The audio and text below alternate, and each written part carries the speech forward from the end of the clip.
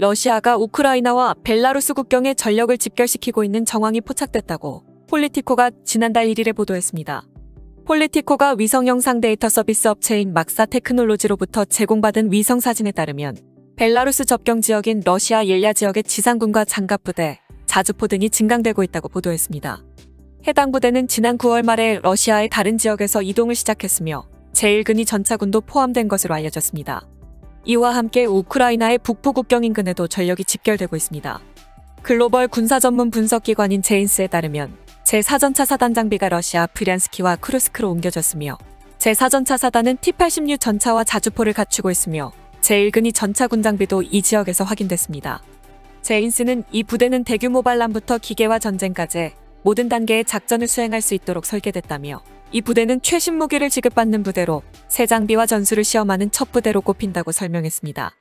러시아의 이번 전력 집결은 로이드 오스틴 미국 국방장관의 조지아 및 우크라이나 방문 이후 약 2주 만에 나온 것으로 우크라이나의 나토 가입 움직임을 견제하기 위한 차원으로 풀이되고 있습니다. 오스틴 장관은 방문 당시에 우크라이나 주권과 영토 보전을 위한 미국의 지지를 강조하면서 러시아의 크림반도 점령을 끝내고 우크라이나 동부에서 전쟁을 영구화하려는 노력을 종식시킬 것이라며 러시아를 비판했습니다. 러시아의 푸틴 대통령도 가만히 있지 않았습니다. 푸틴 대통령은 우크라이나는 절대로 나토의 정식 회원국이 될 수 없다라면서 우크라이나 내 군사력 확대가 이미 진행되고 있으며 러시아의 위협이 되고 있다고 반발했습니다. 러시아가 정말로 우크라이나의 나토 가입을 반대해서 우크라이나를 침공하려는 것일까요? 이에 대해 전 러시아 외무장관은 아주 흥미로운 발언을 했습니다.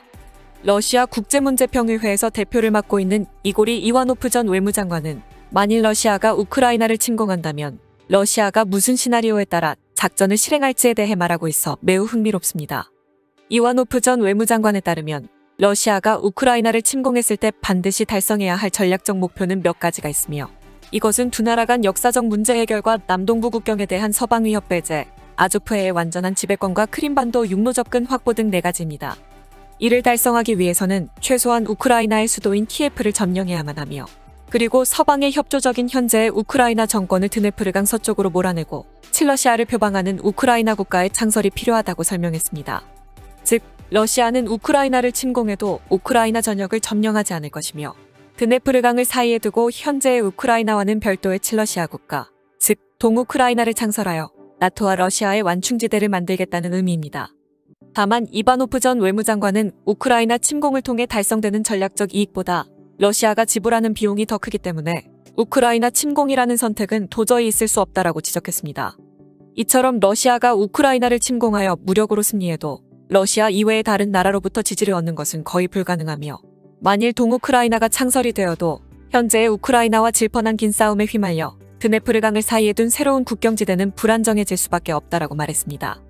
더욱이 드네프르강 서쪽에 존재하는 현재의 우크라이나에 대한 서방의 지원은 현재보다 더욱더 확대될 것이며 또한 미국을 중심으로 한 러시아에 대한 서방의 경제 제재는 더욱더 강화될 것이기 때문에 장기간에 걸쳐 러시아 경제가 입게 될 피해는 상상을 초월하게 됩니다. 때문에 러시아 국민들은 반러시아적인 태도로 일관하는 우크라이나의 도발적인 행동에 눈살을 찌푸리면서도 러시아의 국민 대부분은 자국의 불안정한 상황을 초래하는 우크라이나와의 전쟁을 원치 않는다라고 이바노프는 지적했습니다. 이바노프는 마지막으로 우크라이나 침공이라는 가설은 우크라이나의 반러시아 단결을 강화해 서방 국가들의 지원에 빌미를 줄 수 있지만 러시아도 우크라이나와 서방 국가들에게 넘어서는 안 될 레드라인이 어디에 있는지를 분명히 알려주는 효과가 있다라고 말했습니다. 이어 우크라이나 침공이 가설의 범주에 머무는 한 전쟁은 매력적으로 비칠 수도 있다고 말했지만 합리적인 판단이 긴장 상태를 멈추지 못한 사례는 역사상 여러 차례 있으므로 이번에는 그렇게 되지 않기를 바란다고 덧붙인 것이 매우 인상적입니다. 미국과 유럽이 단순히 러시아와의 갈등을 회피하고 싶을 뿐이면 우크라이나를 러시아에 팔면 그만이지만 민주주의를 표방하는 우크라이나를 제물로 하여 유럽의 평화를 유지해도 결속력이 상실되기 때문에 특히 동유럽 국가들이 받을 충격은 헤아릴 수 없을 것입니다. 그래서 미국이나 유럽이 우크라이나를 러시아에 양보할 수 없듯이 러시아도 자국의 안보를 담보하기 위해서는 우크라이나가 나토에 가입하는 것을 막을 필요가 있는 것입니다. 러시아의 지속되는 위협에 나토도 발빠르게 대응하고 있습니다. 스톨텐베르크 나토 사무총장은 나토 회원국들은 우크라이나에서 일어날지도 모르는 최악의 사태에 대비할 필요가 있다고 말해 눈길을 끌었습니다.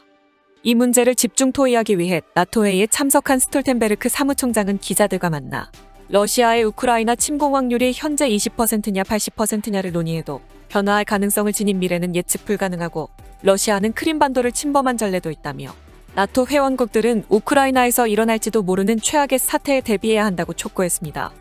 한국의 시점에서 이 사태를 따져보자면 우크라이나 사태가 악화될수록 가장 이익을 보는 나라는 아마도 중국일 것입니다. 푸틴 대통령은 바이든 대통령에게 중국에 집중하려면 우크라이나를 잘라내라고 다그치고 있으며 미국으로서도 인도태평양 지역에 집중하고 싶은 시기에 유럽에서 또 다른 일을 벌일 여유는 전혀 없을 것입니다. 우크라이나도 러시아 침공에 대비해 군전력의 현대화 작업에 나서고 있습니다. 우크라이나는 소비에트 연방의 핵심 국가였던 만큼 거의 모든 무기가 구소련 당시에 제작된 모델이 주를 이루고 있습니다.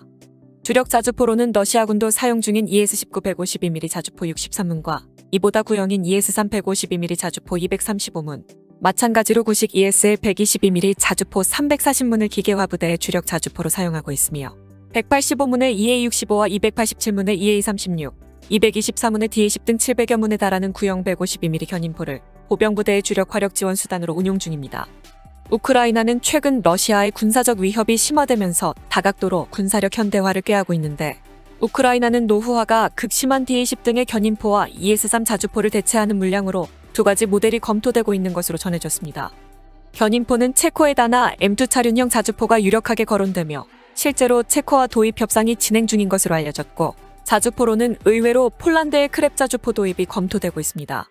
다나임2는 우크라이나군의 현용 곡사포 규격인 152mm이어서 도입 논의가 놀라울 일이 아니지만 크랩 자주포는 우크라이나의 포병 규격과 맞지 않은 나토 표준의 155mm 규격을 사용하고 있어 우크라이나는 기존의 탄약을 버리고서라도 나토 표준을 따라갈 것을 원하고 있습니다.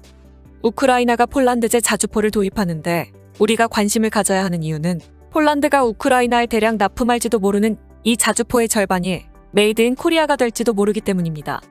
많이 알려진 사실이지만 폴란드의 크랩 자주포는 영국 BAE 시스템즈의 AS-90 포탑에 하나 디펜스의 차체가 결합되어서 만들어진 자주포입니다. 이 계약은 한국이 K9 자주포 차체 24대 완제품을 폴란드에 직접 공급하고 이후 현지 공장에서 면허 생산 및 기술 이전 조건으로 96대를 생산하는 조건이었습니다. 삼성테크윈의 후신인 하나 디펜스는 납기를 정확히 지켜 폴란드에 차체를 납품했고 AS-90 자주포 포탑과 통합하는 작업도 도왔습니다. 2014년 계약 당시 K9 차체의 폴란드 수출 가격은 한 대에 약 28억 원 정도였는데 우크라이나가 ES-3 자주포 대체 물량 235문을 모두 크랩으로 대체할 경우 이번 거래 성사만으로 하나는 6,500억 원이 넘는 수출이익을 얻을 수 있습니다. 어쨌든 이번 사태는 우크라이나를 서방세계로 편입시키려는 서방세계와 이것을 막으려는 러시아와의 세력 싸움으로 앞서 말했듯 인도태평양 지역에서의 미국과 중국의 역학구도에도 영향을 줄 수 있어 우리나라로서도 주목해서 바라봐야 할 것입니다.